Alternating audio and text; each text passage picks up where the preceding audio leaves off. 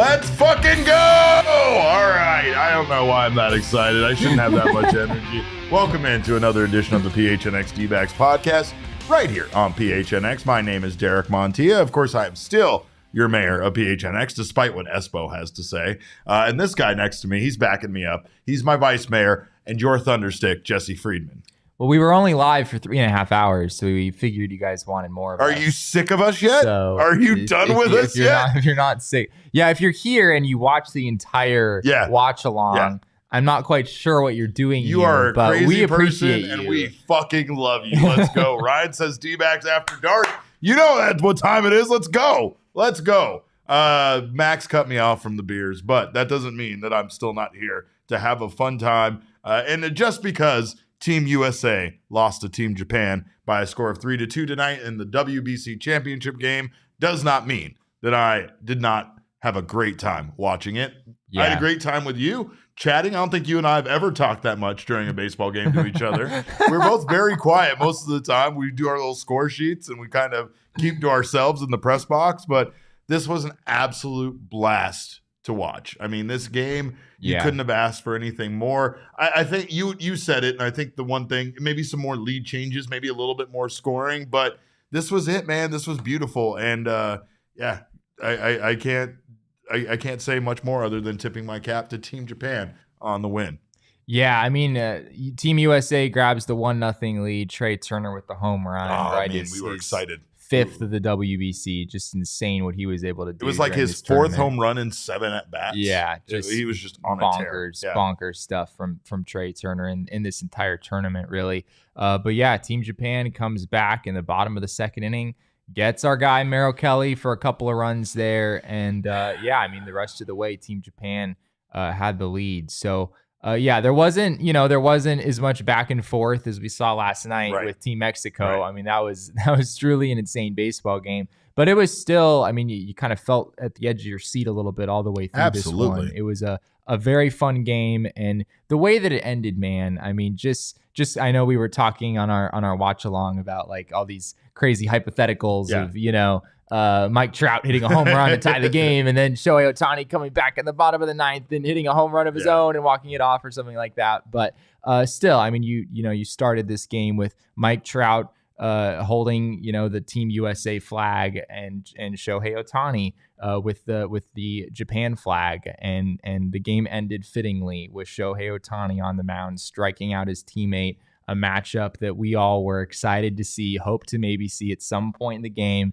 And it came with 2 outs in the ninth inning. It was incredible. It was bonkers. It was incredible that it lined up that way. We saw a different side of Shohei Ohtani at a couple of different moments in this game. You guys all know, just like I do, that Shohei Ohtani is the most wholesome, adorable baseball player that currently exists in Major League Baseball. And, of course, I think the thing that makes that relevant is the fact that he is as good as he is, right? Like, there's, I'm sure, plenty of adorable guys in baseball, but there's something about Shohei Ohtani being so good and having this odd childlike wonderment to his, to just everything he does, just his persona, the way he carries himself. But we saw a fired up Shohei in the bottom of the ninth facing off against Mike Trout. And we saw it again, if you're watching any of the pregame stuff, when he was delivering his pregame speech to his team. Yeah. Because he was fired up and he was getting them fired up. And I mean, we talk about this guy being this really wholesome, fun baseball player to watch. But that competitive edge is there, man. And I think he shows it at the right time. Yeah, Ohtani did in fact give a pregame speech to his teammates before this game. This is what Shohei Ohtani said. I believe this is according to Dylan Hernandez. He said, "Let's stop admiring them. If you admire them, you can't surpass them. We came here to surpass them, to reach the top. For one day, let's throw away our admiration for them and just think about winning." And they did that. They absolutely did that. Let's go! Derek has been doing live shows for nearly 4 hours at this point. I will wall for Shohei right now. Let's go! Are you kidding me? Stop admiring them? My God. It's poetic. It is poetic. It's amazing. It is poetic. How can you not get fired up hearing that? It translates to English extraordinarily well, too.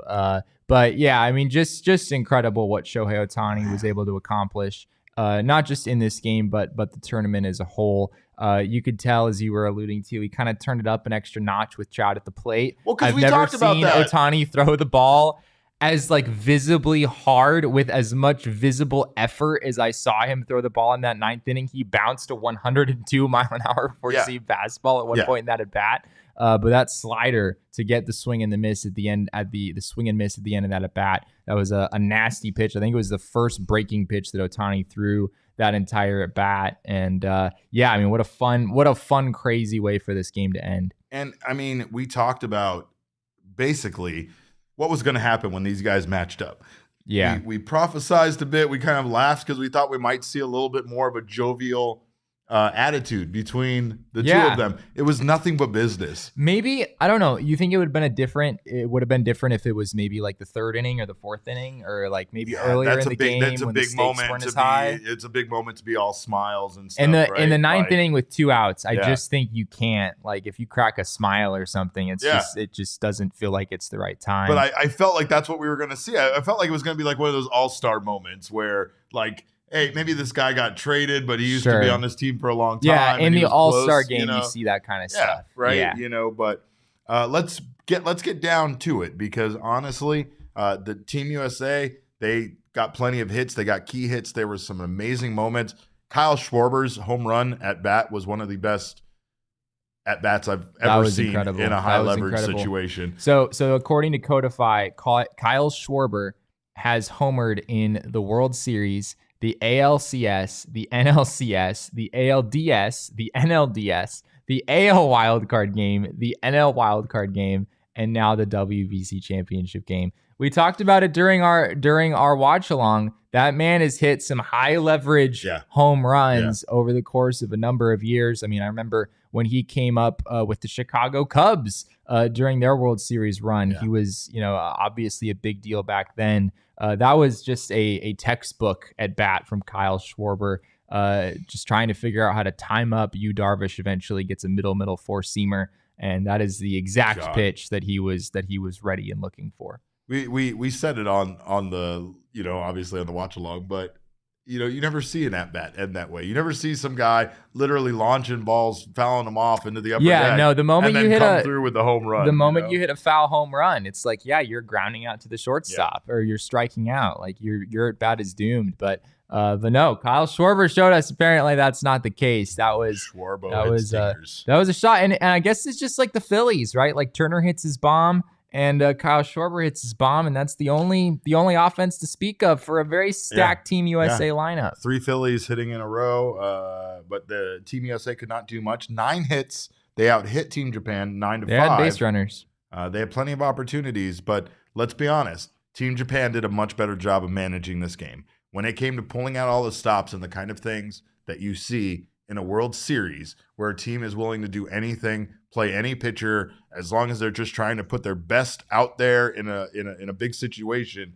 That's what Team Japan did tonight. And there was more to it than that. I mean, even the hits that they got, they were able to steal and convert singles into doubles, do little things that you didn't really see from Team USA or Team USA really attempting. It felt like Team USA was just constantly looking for the big explosive inning that never came. It felt like they were constantly looking for the power, for the home run to be there, but not necessarily managing the game in a way where you're trying to score runs in every opportunity. Because again, 9 hits.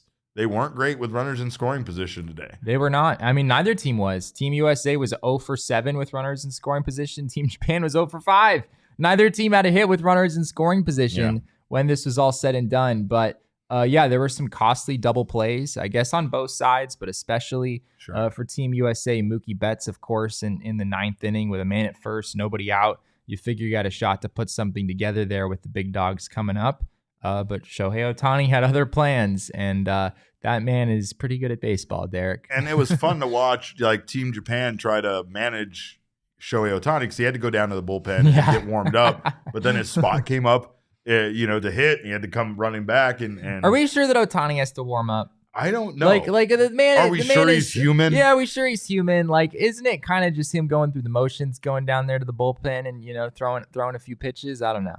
Maybe next time you just skip that, keep him in the dugout, keep it simple.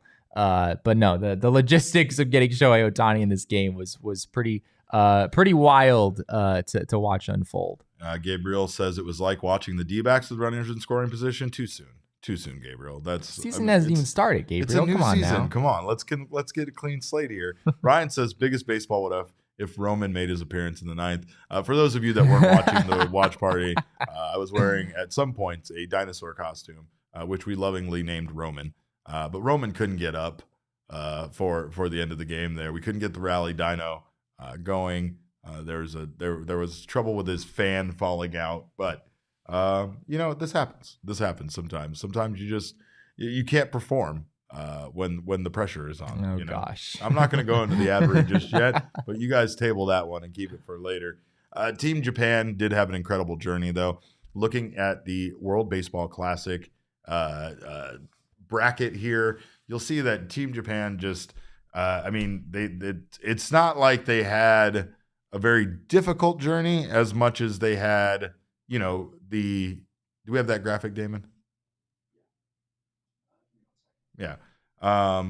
Team Japan just, honestly, they kind of had a route to this point. Like the game though against Mexico was probably their toughest effort, and I feel like they were riding high on the momentum from that situation. It's hard not to when your team comes back in the fashion that they did. To steal that one late.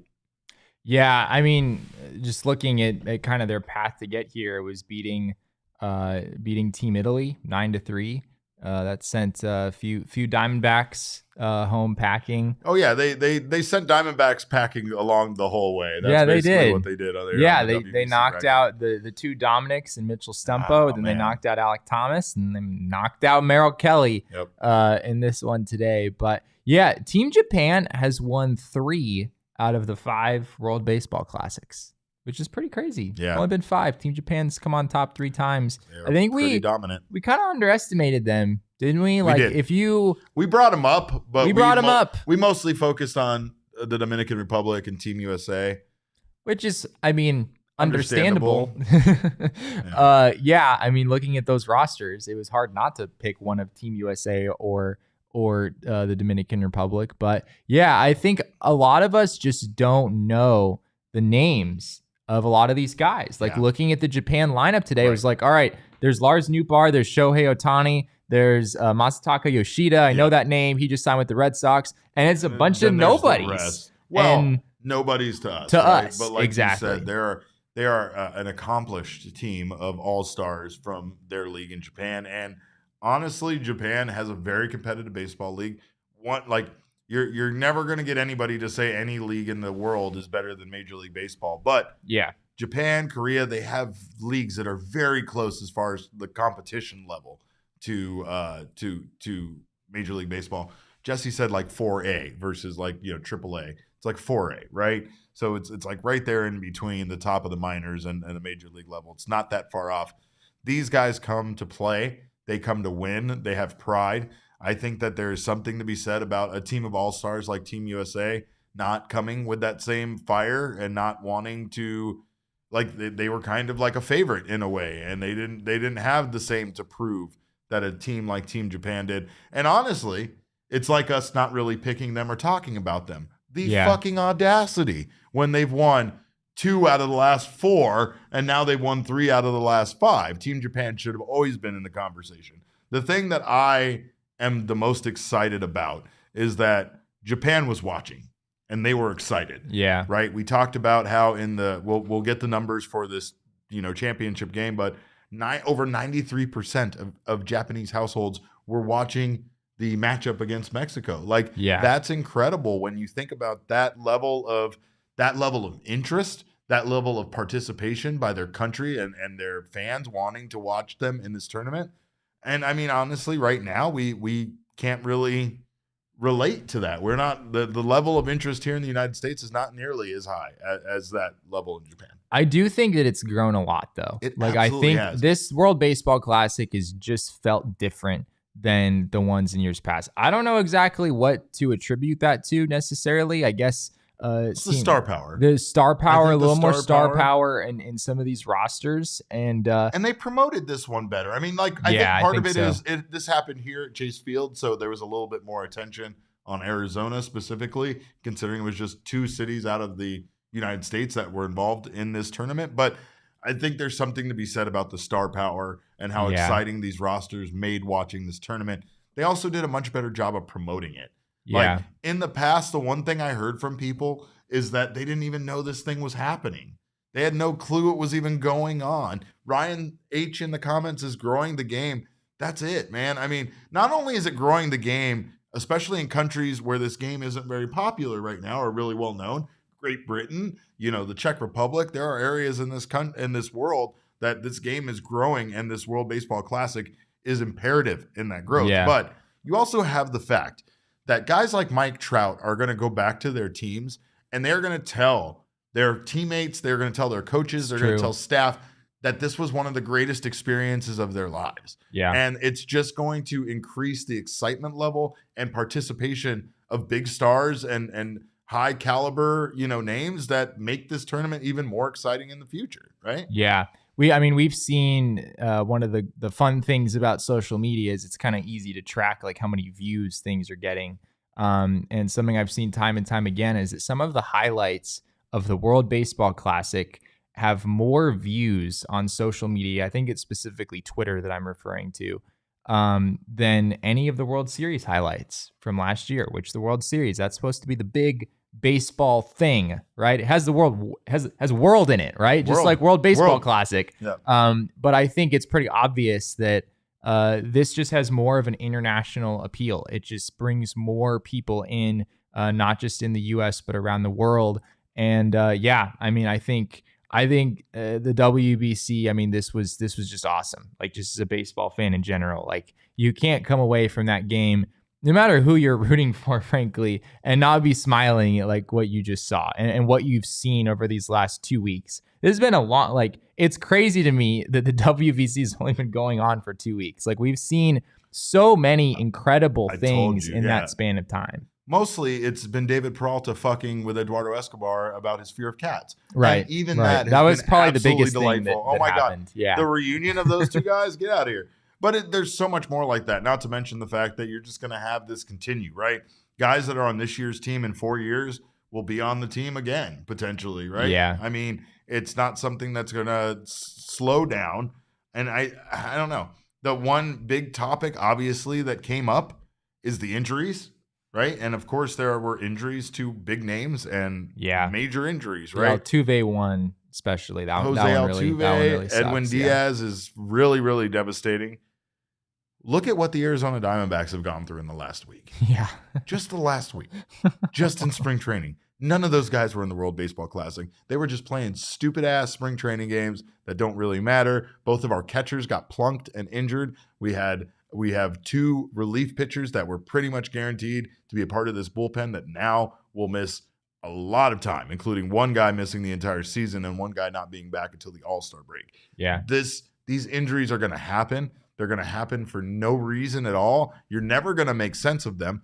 And it's really going to be hard if you start, pinpointing that they happened because the guy was participating in, this tournament. Who knows? Maybe Edwin Diaz injures himself in a spring training game. And then what? Are you going to fucking say you want to cancel spring training and not do that anymore? Or not have big names canceling in that? Some people would say that. Yeah, you're probably right. The D-backs would say, let's get the heck out of here with spring here. Training. Let's start playing some games that actually count. Yeah.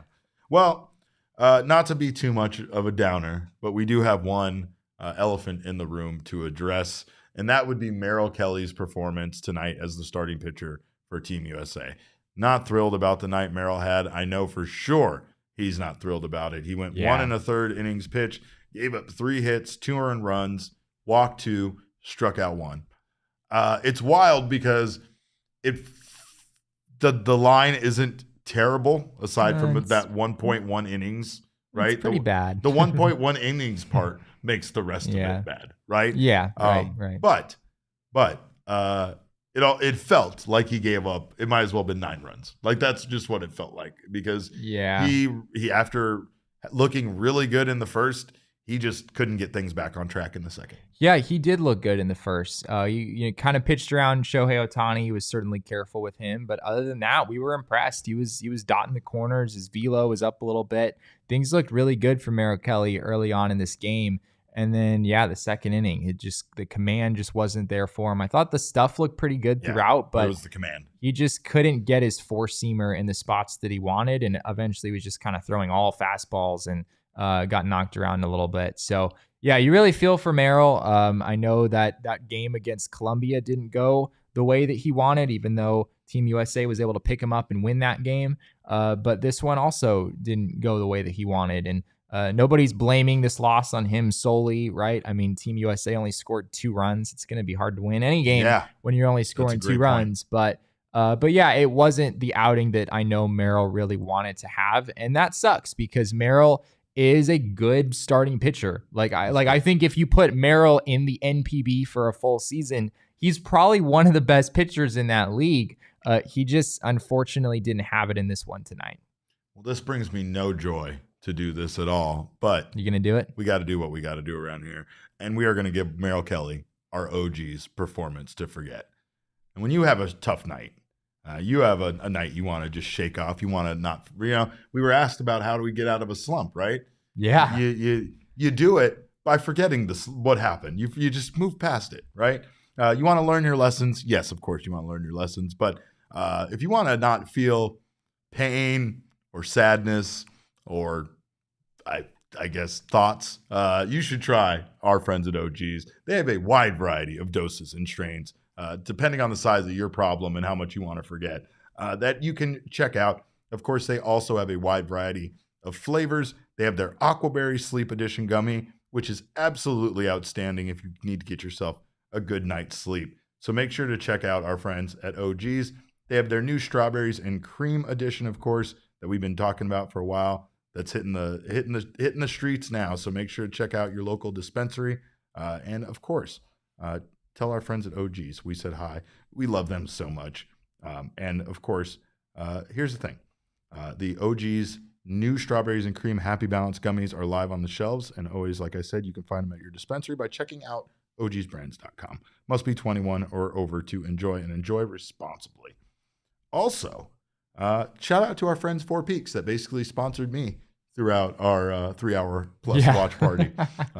They were big contributors to this. They were big contributors. Sure. Yeah, we need a beer counter next time to be up there at the top. But of course, you can go to their 8th Street pub and check out all their wonderful food and offerings that they have. They have a wide variety of beers for you to check out. They also have their spring training tours all throughout the month of March. Not a lot of time to check that out, but make sure to do so. Check out how they make the beer. Check out the ghosts. Check out how the ghosts make the beer over at the 8th Street pub. And more importantly, they are excited about Arizona Cardinals football. New coach, new GM, and the Cardinals have the 3rd pick in the draft. It's a big opportunity for our team, and the best place to take in this pivotal moment and the rest of the NFL draft is on April 27th at the Four Peaks 8th Street pub. Must be 21 years or older to enjoy their beer, and enjoy responsibly. We've been on air for a long time, so we know you guys are probably done looking at us, but we have some quick updates for you before we move on. And of course, the biggest one when it comes to the Arizona Diamondbacks is that Carson Kelly is going to be gone for a little bit of time. And when I say a little bit of time, I actually mean a lot of time. Per Torey Lovullo, Kelly has a fractured ulna in his right forearm, and no timetable is currently set for his return.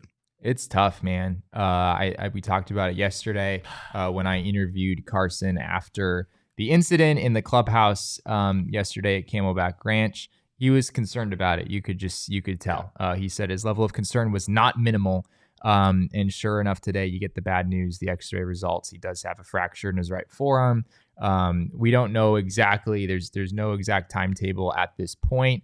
But yeah, Carson Kelly's definitely not going to be ready by opening day, and you're probably looking at May. I would be kind of surprised if Carson Kelly came back in April at all. So this changes things for the Diamondbacks, Derek. This is a pretty big deal for them. The guy that was going to get the majority of the reps at catcher is not going to be available for probably a month or two. And I think Gabi Moreno is the name on everyone's minds. He's going to be the guy who's going to have to step up. Per the Reno Orthopedic Center, Ooh. A fractured ulna takes an average of 3 to 6 months to completely heal, but by the 6-week point, patients are extremely comfortable and usually able to resume full activities such as manual labor, sports, and other things. But it's still going to take a long time for Carson Kelly to get fully healed, and especially with the Diamondbacks, I don't know how quick they're going. They're usually pretty precautious about this kind of thing. There's not going to be any rush to get Carson Kelly back, so they could potentially lose him for a while. But Torey did comment about when Carson could return and how tough this injury is for him. There is no time frame. We're still gathering information. What it does mean is there, is an opportunity for somebody for the next several days to go out and do their job to the best of their ability and show us what they can do. We got to evaluate the next level of player to get in that situation to go out and help us win baseball games. But as far as Carson, he's battled a ton of injury. You get to a certain point with your athletes, and they're like your kids, that when you have to continue to watch them work through these moments and get frustrated and they get healthy and then they have to do it all over again, it's tough. It's very tough. But he'll absorb it. He's got some time to sit back and heal, and when he does, he's going to help us win baseball games. I think the biggest question this brings up is, obviously we know that the Diamondbacks traded this offseason for Gabi Moreno. And obviously we know he's a very good young catcher that can step into this role. But do you think that this is actually going to lead to more reps for Gabi, or do you think this is just going to essentially lead to like Jose Herrera coming in and taking over potentially as the full-time catcher in more of Carson Kelly's role, rather than Gabi seeing any kind of increased or increased time behind the plate? I think it was you were probably looking at like a 60-40 split between Carson Kelly and Gabi Moreno. Okay. So even if Jose Herrera just comes in and fills Carson Kelly's role, I don't think he's, Jose Herrera is playing 90% of the games or anything like that. Gotcha. He does have the relationship with the catchers. Like we talked about in the past, the Madison Bumgarner likes working with Jose Herrera quite a bit. So he does have that experience with this staff already. Technically, and we'll play a clip on this in a second. The Diamondbacks haven't officially made Jose Herrera a member of the team. Like I think he's still technically competing for a spot. He's had a really rough spring training offensively. Yeah. That's not what Jose Herrera is there for at the end of the day. He's there because of what he brings defensively and what you just talked about, the relationships that he established last year with some of the starting pitchers. I do think that has a lot of value. The other thing with Moreno is that he has actually never started more than, I believe it's 67 games at catcher in a season. He's had a couple of injury issues in the minors that have popped up over the last few years that have kept Moreno from playing like that full-on season and being ready for a full workload as a primary catcher in the big league. So with that said, I don't think the Diamondbacks are going to come out, even if they love Moreno and want to use him to the very fullest that they can, I don't think that they're going to come out and use him to catch 120 games. He's never caught more than 67 in a season before. That happened last year. So they're probably going to have to go with, I would think that Moreno would still get the majority of the reps back there over Jose Herrera, but it's not going to be Moreno 80% and Herrera 20%. It's probably a little bit more balanced than that, just given Moreno's limitations and his workload that he's had in the past. Well, like you said, Torey did talk about Gabriel Moreno's workload and how that could be impacted by this injury to Carson Kelly. He's a very talented player, no doubt about it. We liked the combination. If it was going to fall on Carson and Gabi, we liked that combination for an assortment of reasons. But still, we were trying to make that decision as to who's going to be the backup to Carson. Eliminating Carson throws us into a totally different genre. We're trying to figure out that exact answer, and those are discussions that we're having. You said the word easing him into it. That might not be a possibility. So we haven't yet come up with any secondary plans, but we're talking about several things. we just need to survive spring training at this point because holy shit, we were talking about how deep this team was, Jesse, and I feel like that was like a curse because that depth is being tested, and it seems like it's going to be tested early and often this season when it comes to injuries with this team. The other thing I want to say about Carson is just this poor guy, man. Like Carson Kelly's feels like every year Carson Kelly winds up out for 2 months. Yeah. Usually it happens in the middle of the year. This year it's happening at the beginning of the year. But it's just like he has to do his 60 days on the injured list every year in order to get by. He had I don't know if you would call it super similar. He had a wrist injury, fractured his wrist back in 2021. It was because he got hit by a pitch. Yeah, I think it was because he got hit by a pitch. So not the same bone, but fairly similar circumstances back then. And then 2022, the oblique, the toe. Also in 2021. 2021 was the season that he was doing really well. And every time he started getting on a tear, a fucking injury would end it. And it was so frustrating to watch for him, Carson's such a great guy too. He handles this with such grace.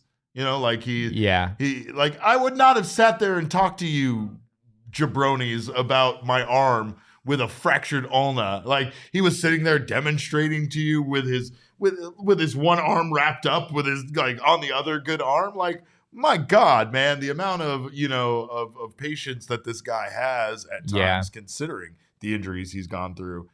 He's a saint, but he's also a very good baseball player that it really just sucks to see limited by injuries this often. And as you heard there from Torrey, it sounds like that it might not be possible for the Diamondbacks to slow play Gabi Moreno as they were planning to. Torrey is kind of acknowledging we were planning to kind of ease him in a little bit.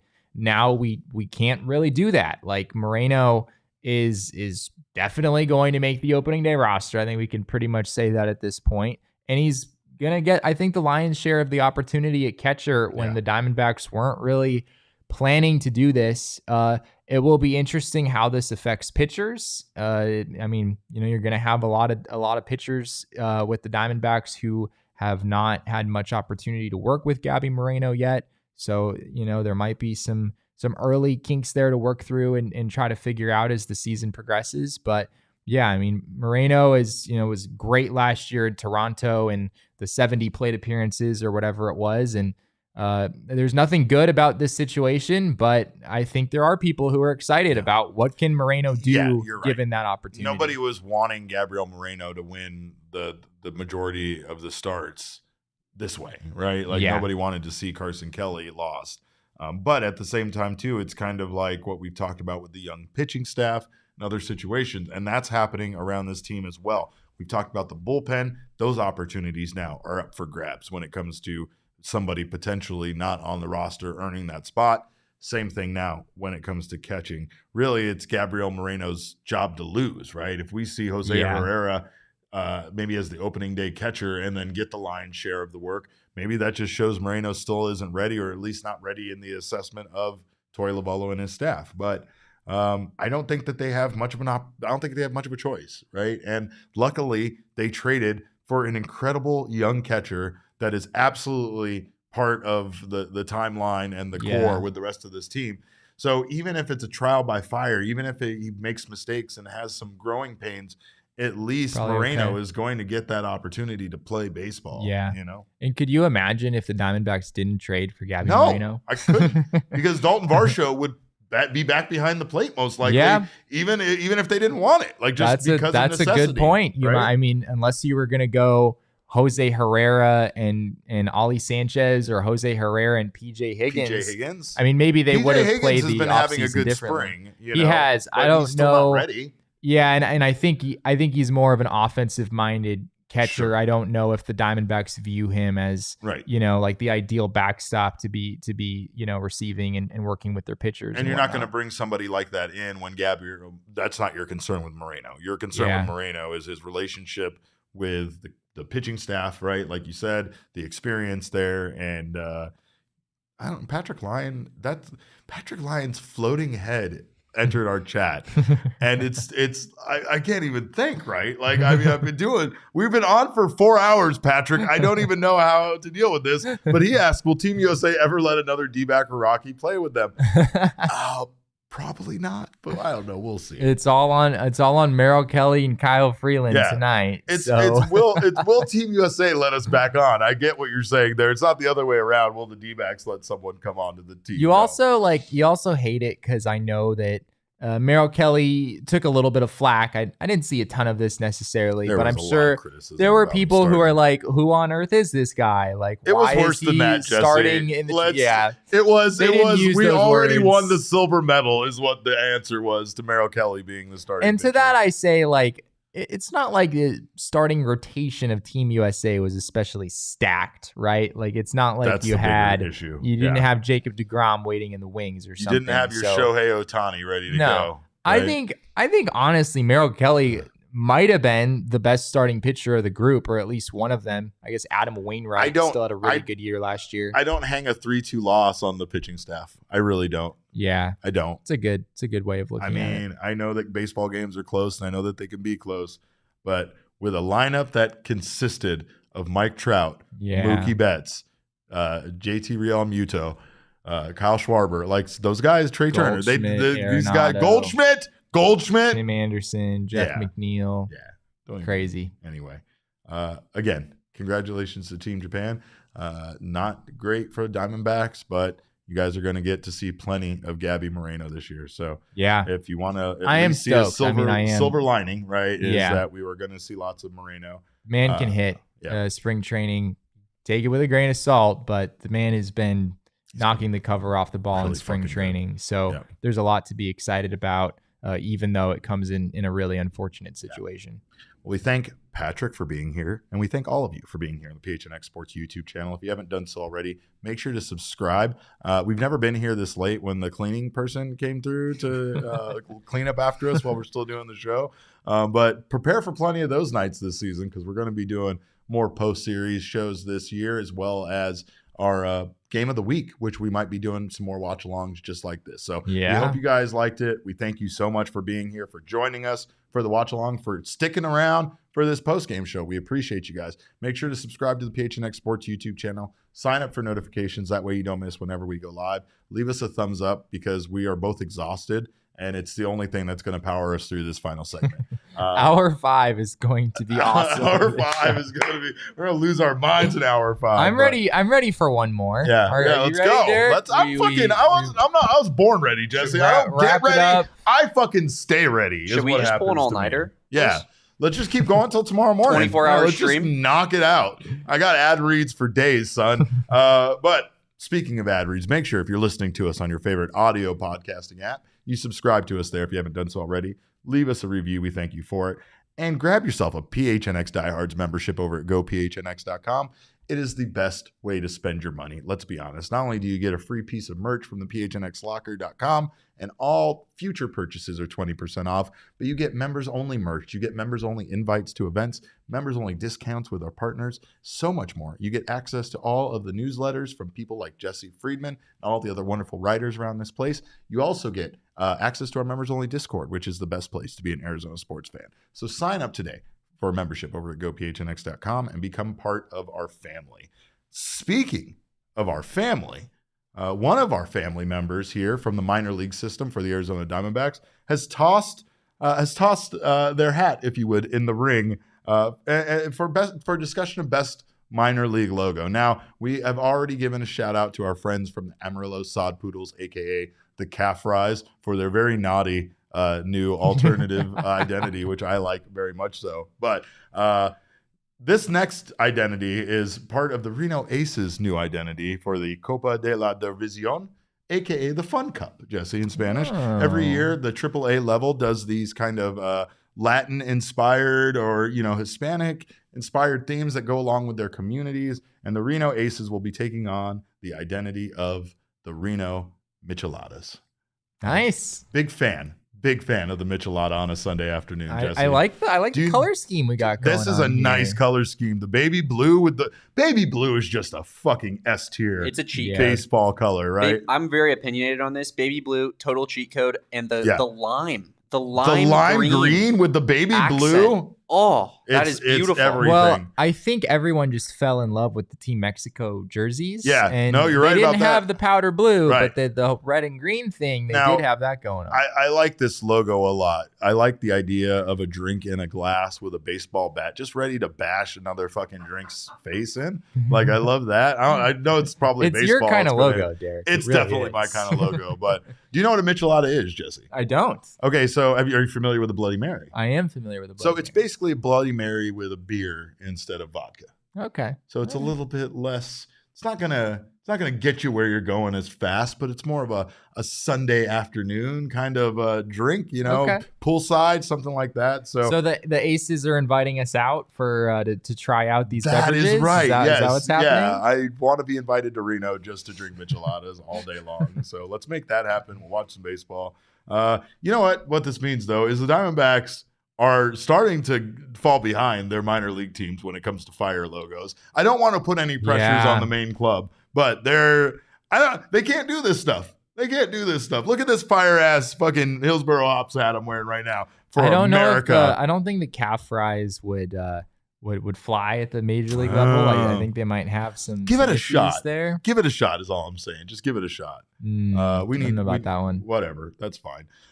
Maybe I'm not the best person to ask when it comes to this stuff, but I'm also not the best person to ask for fantasy baseball advice. By the way, Jesse could definitely attest to that. But baseball season is here. You need your fantasy advice. Go to rotowire.com. That's where you need to go. Our man Jeff was incredible. Jeff on the Erickson show. is the man. This guy, I've never really like.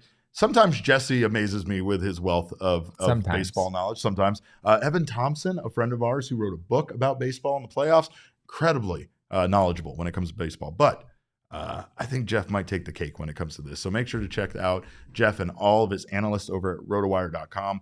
They are a pioneer of fantasy sports now for over 25 plus years. They have all the cheat codes, the cheat sheets, the custom player rankings, everything you need. Let their experts analyze all the wild baseball stats for you and break it down on who is valuable. They also keep you updated on their Twitter account, if you follow them on their Twitter account, on who is playing every sport all the time. Yeah. So because they have your access to not just great fantasy baseball information, but fantasy advice on everything, including golf, soccer, NASCAR, fantasy NASCAR. Don't let my wife know that exists, because she will get down on that. Even fantasy XFL. So for a limited time, RotoWire is offering a free 2-day trial to all PHNX listeners. Just go to rotowire.com/PHNX to register. Absolutely no commitments. They are so confident that you'll like their product and want to invest in a subscription plan that they don't even ask you for a credit card information up front. You Love can that. just put Derek Montilla in there if you just want to use a fake name. I don't even think they ask you for that. They just give it to you. So take a peek behind the paywall, and when the trial is done, you can decide if a RotoWire package is right for you. And of course, Getting close. If you want to do that you wanna fantasy do that baseball now. drafts Yeah. pretty quick here. yeah, they got We mock don't have that drafts much time over there, left. so you need to get down on the mock drafts and get yourself ready. But another great way to get ready for the baseball season is with GameTime.co. GameTime has you covered for all of your last minute ticket needs. Now, we Served talked people well in the WBC. It absolutely served people well in the WBC, and it'll serve you well all baseball season long. Even right now, we don't have a lot of spring training games. I know some of you haven't been out to spring training games. Don't fucking lie to me. I know you haven't been out there. Get out there. You have a lot of time left. You've got a week. It's just going to be like the WBC. Like I told you beforehand that this is going to be gone in a blink of an eye, and it's gone. Same thing with spring training. It'll be gone before you know it, and you will have missed out on it, and you will wish you have got tickets. And more importantly, you will wish you bought tickets at 60% off over at GameTime.co. But it's not just that. Of course, all of your concert needs, all of your show needs, everything you need. Get your tickets and save up to 60% on tickets when you buy them last minute. It's for us procrastinators, and we can finally rejoice that a company is catering to us. The best way to support us is by buying your tickets through the link in the description, and not just now, all season long. Baseball's here. We want to watch baseball. You want to go out and get those Diamondbacks tickets.